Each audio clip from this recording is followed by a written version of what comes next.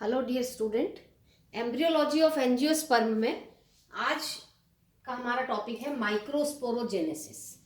इसको स्टार्ट करने से पहले मैं आप जो हमने पहले ई लेक्चर्स में पढ़ा था, इससे पहले वाले में जिसमें हमने structure of male reproductive structure के बारे में आपको बताया था, उसमें एंथर का स्ट्रक्चर आपको बताया था। उसके बाद एंथर का डेवलपमेंट किस प्रकार से होता है और डेवलपमेंट के पश्चात मैच्योर एंथर की संरचना बताई थी, जिसमें आपको वॉल लेयर्स के बारे में बताया था कि 4 प्रकार की वॉल होती है मैच्योर एंथर में। सबसे बाहर की तरफ एपिडर्मिस होती है, फिर एंडोथीशियम होती है, मिडिल लेयर होती है और अंदर की तरफ टैपिटम होती है।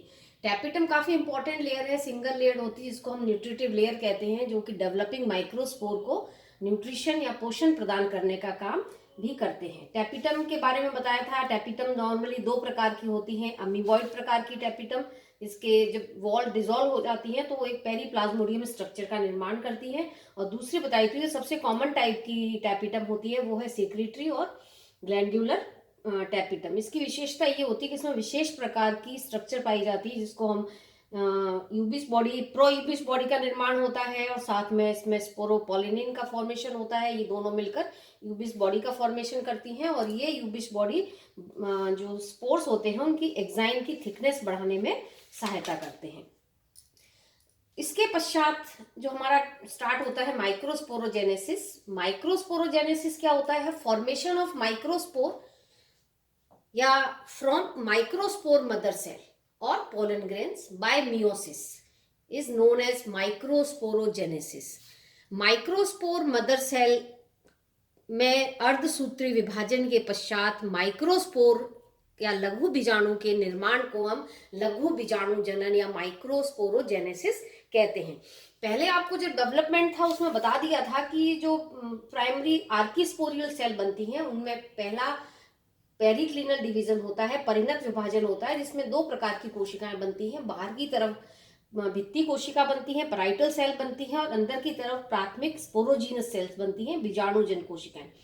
जो पैराइटल सेल बनती हैं वो तो वॉल का निर्माण करती हैं और अंदर की तरफ जो प्राइमरी स्पोरोजीनस सेल बनती हैं वो आगे चलकर माइक्रोस्पोर मदर सेल का निर्माण करती हैं। और माइक्रोस्पोर मदर सेल अर्धसूत्री विभाजन के पश्चात मियोसिस के पश्चात हैप्लॉइड माइक्रोस्पोर का निर्माण करते हैं। तो नॉर्मली यहां आप देख सकते हैं एक माइक्रोस्पोर मदर सेल में जब अर्धसूत्री विभाजन होता है, मियोसिस होता है, तो 4 हैप्लॉइड माइक्रोस्पोर बनते हैं। इसका मतलब ये हो गया कि यहां तक का जो स्ट्रक्चर था वो था डिप्लॉइड। हमें पता है जब अर्धसूत्री विभाजन या मियोसिस होता है तो क्रोमोसोम की संख्या आधी हो जाती है और इसके पश्चात इनके में पोलन टेट्राड का फॉर्मेशन होता है। तो क्लियर कट हो गया कि लघु बीजाणु जनन कोशिकाओं के अर्धसूत्री विभाजन द्वारा लघु बीजाणु या माइक्रोस्पोर के निर्माण को हम लघु बीजाणु जनन कहते हैं। अर्धसूत्री विभाजन की जो प्रक्रिया होती है उसमें केंद्रक विभाजन होता है, पहले न्यूक्लियर डिवीजन होता है और न्यूक्लियस के डिवीजन होने के पश्चात उसमें साइटोकाइनेसिस होता है, कैरियोकाइनेसिस होता है। तो मियोसिस में हमें पता है पहले क्या होता है? कैरियोकाइनेसिस, और उसके बाद साइटोकाइनेसिस। अब इसमें जो साइटोकाइनेसिस होता है, कोशिका द्रव्य का विभाजन होता है, वो सामान्यतः 2 प्रकार से होता है। पहला है सक्सेसिव टाइप, जिसको हम कहते हैं उत्तरोत्तर प्रकार। ये जो कॉमन है नॉर्मली सक्सेसिव प्रकार मोनोकॉट के अंदर एक बीजपत्री पादपों के अंदर पाया जाता है।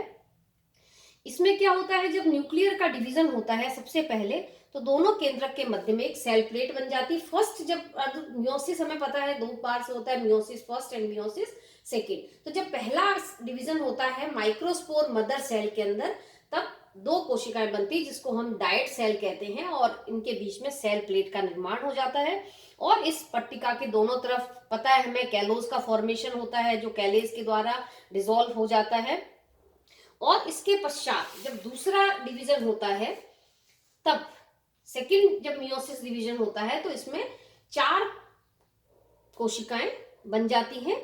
डायट से टेट्राड का फॉर्मेशन इसके अंदर हो जाता है और इसके पश्चात दोनों चारों कोशिकाओं के बीच में भित्ति का निर्माण हो जाता है, जिसको हम पोलन टेट्राड कहते हैं। और ये क्या कहलाएगा? Pollen tetrad. और इस प्रकार के अरेंजमेंट को हम कहते हैं आइसोबाइलेटरल अरेंजमेंट, समद्विपार्श्विक अरेंजमेंट। इस प्रकार के विभाजन में पोलन्स का होता है। तो ये कॉमन है मोनोकॉट के अंदर। यदि हम कहें किस प्रकार का डिवीजन होता है माइक्रोस्पोर मदर सेल में, तो सक्सेसिव प्रकार का विभाजन होता है। दूसरा जो टाइप है इसमें डिवीजन का, वो है साइमल्टेनियस टाइप कहते हैं, जिसको युग्मत प्रकार कहते हैं। इस प्रकार के विभाजन में जब मियोसिस फर्स्ट और मियोसिस सेकंड दोनों जब होते हैं, तो अगुणित जो केंद्रक है, केंद्रक का फॉर्मेशन होता है, लेकिन वॉल फॉर्मेशन पहले नहीं होता है, भित्ति का निर्माण नहीं होता है। भित्ति का निर्माण हमेशा दोनों मियोसिस कंप्लीट हो जाने के पश्चात बनता है। तो पहले इसके अंदर 2 न्यूक्लियस बनते हैं और उसके बाद इसमें 4 न्यूक्लियस बन जाते हैं।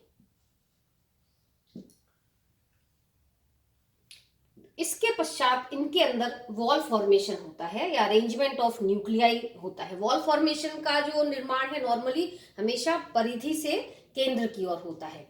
और इस प्रकार के कोशिका द्रव्य विभाजन की क्रिया को हम क्लीवेज विधि भी कहते हैं। तो जो सेल का फॉर्मेशन है, वॉल फॉर्मेशन,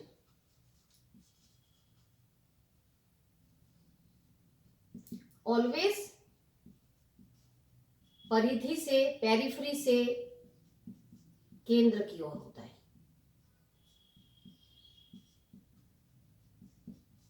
और इस प्रकार के वॉल फॉर्मेशन को हम क्लीवेज मेथड कहते हैं,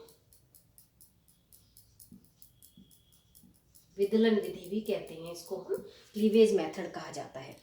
इसके बाद जब वॉल फॉर्मेशन होता है इसके अंदर, तो चारों जो केंद्रक है वो किस प्रकार से व्यवस्थित होते हैं। देखिए इसमें 5 टाइप्स हैं अरेंजमेंट के।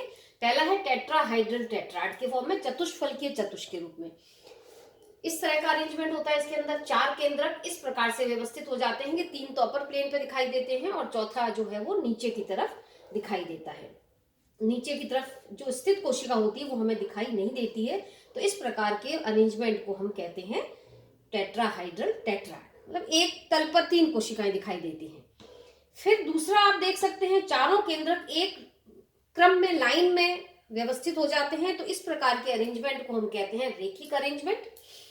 तीसरा आप देख सकते हैं इसमें T shaped arrangement, 2 pollen grain से ऊपर की तरफ और बाकी 2 पोलन ग्रेन्स नीचे की तरफ व्यवस्थित होते हैं। तो इसको हम कहते हैं टी आकृति, टी शेप अरेंजमेंट। फिर है एक क्रॉसिक प्रकार का अरेंजमेंट होता है। क्रॉस के फॉर्म में दोनों एक दूसरे को, जो चारों केंद्रक हैं, 2 ऊपर 2 नीचे, एक दूसरे को क्रॉस करते हुए होते हैं। और अंतिम जो है वो इस कॉमन है आइसोबाइलेटरल प्रकार का अरेंजमेंट इनके अंदर पाया जाता है। इसमें ये जो साइमल्टेनियस प्रकार का डेवलपमेंट है या मियोसिस है, ये नॉर्मली डाइकोट के अंदर मिलता है। जो पहला बताया था आपको सक्सेसिव टाइप मोनोकोट के अंदर मिलता है और ये मिलता है डाइकोट के अंदर मिलता है। तो नॉर्मली जो पोलन टेट्राड्स होते हैं, चारों परागकण एक दूसरे से आइसोलेट रहते हैं और एक टेट्राड के पोलन ग्रेन्स का उसी टेट्राड के पोलन ग्रेन या दूसरे टेट्राड के पोलन ग्रेन से कोई रिलेशन नहीं होता है। चारों जो पोलन ग्रेन्स बनते हैं, इनके अंदर चारों ही पोलन ग्रेन्स पूरी तरह से एक दूसरे से इंडिपेंडेंट होते हैं, पृथक होते हैं। अब नॉर्मली तो हमने कह दिया 5 प्रकार का अरेंजमेंट इनके अंदर पाया जाता है, आइसोबाइलेटरल, डेक्यूसेट, टी शेप, लीनियर। तो अलग अलग प्लांट में अलग अलग प्रकार का अरेंजमेंट मिलता है। लेकिन एक एक्सेप्शन है, एक प्लांट है एरिस्ट्रोलोकिया, जिसको मुक्का बेल कहते हैं।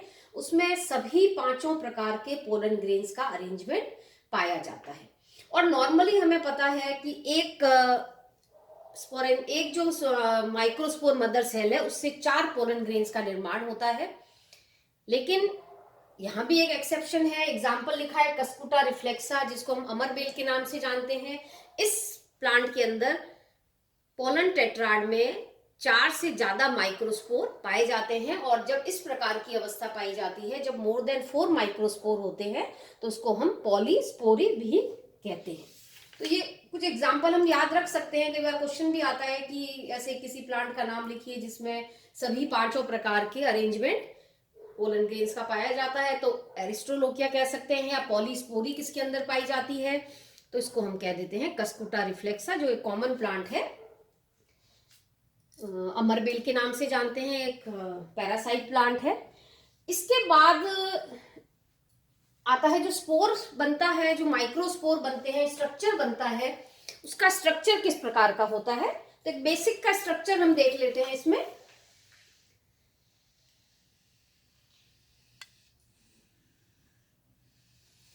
जब हम स्टार्ट करते हैं डेवलपमेंट ऑफ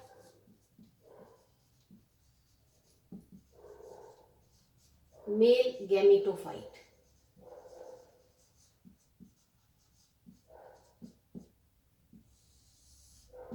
नर युग्मकोभिद का परिवर्तन, ठीक है।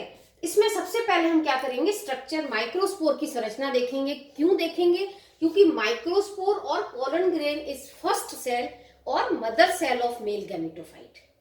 जो नर युग्मकोभिद बनता है